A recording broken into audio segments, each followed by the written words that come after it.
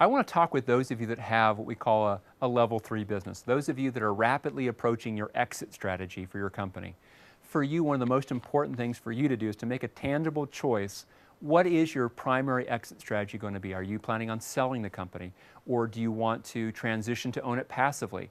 Or maybe you say, David, hey, I want to stay in the business and I want to scale it. I want to take it from $10 million a year in sales to 50 or 100 million a year in sales.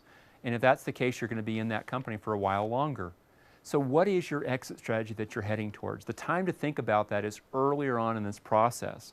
For example, if you're selling your company, ideally you know 2 or 3 plus years in advance that you're grooming this company so that it can be sold. So you can do intelligent things like normalize your financial statements and deal with things like reducing customer reliance so you don't have 1 or 2 customer concentration issue clients that you might have. One of the manufacturing companies we work with, over 50% of their business comes from 1 or 2 customers of theirs. When they go to sell, if that is in fact something they choose to do, they're going to hurt their valuation simply because of that customer concentration issue.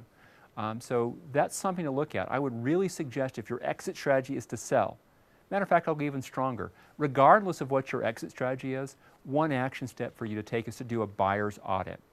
Step out of your company and look at it from the perspective, if you were a buyer for the company, what things create value, what things create risk for you as a buyer.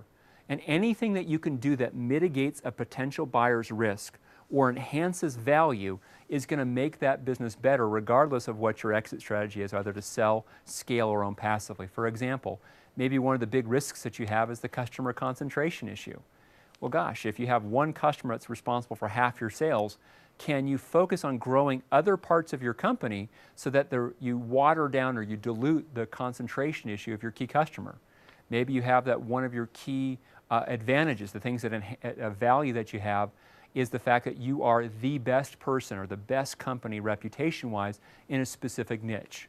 If that's the case, what can you do to enhance that value? Can you make the switching cost for a customer to go to a different company, a competitor, more expensive for them? Can you create some intellectual property that gives you a barrier to entry for a competitor? Can you really make sure you hammer in the branding that you're the market leader so it becomes more difficult for somebody else to come in there and knock you out?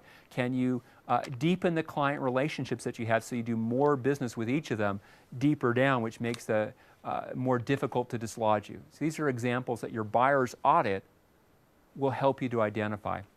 In addition to that, I would also say it would make a lot of sense for you here to be focusing on growing and grooming your leadership team.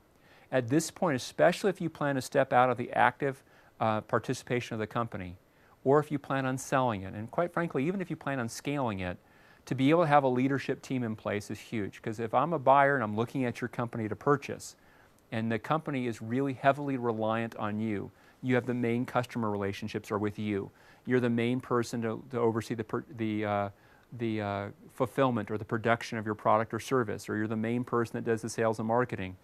I'm going to be much more reluctant to pay you what you want for the company. It's less valuable to me because what happens when you're no longer there? Yet if you have a management team in place that's doing these things, and I can see that, wow, under your management team, you've had 2 years of great growth without you running that, you've just enhanced the value of the company. Plus, if you want to scale it, now you've got the team to help you to do that. I remember I was having a conversation a short while ago with Jeff Hoffman, a friend of mine, and he and I are actually working on a book right now. Many of you know Jeff is one of the people that launched Priceline.com. He's one of the founding team members and a former CEO in the Priceline family of companies. And he was talking with me about so many business owners think that, gosh, if I have nothing to do in my business, I failed. Well, the truth of the matter is you succeeded. When your management team doesn't need you anymore, that's telling you that you've done something extraordinary. The final comment I'd make is the 3 most dangerous words to hear yourself say or your business say is, we're doing fine. You're not doing fine. If you ever get complacent about that, you have to think about what is next. What's next for the company? What product or service are you going to go to next? What marketplace are you going to grow to next? If you're satisfied with the same business, whether you've been doing it for 5 years or 50 years, at some point you have to be careful. The kiss of death is to get complacent there. So part of your responsibility as the owner is to make sure you and your management team are pushing the envelope. You're always innovating. You're always thinking about what comes next. Not just for your role as the owner, but for the business itself is even more critical.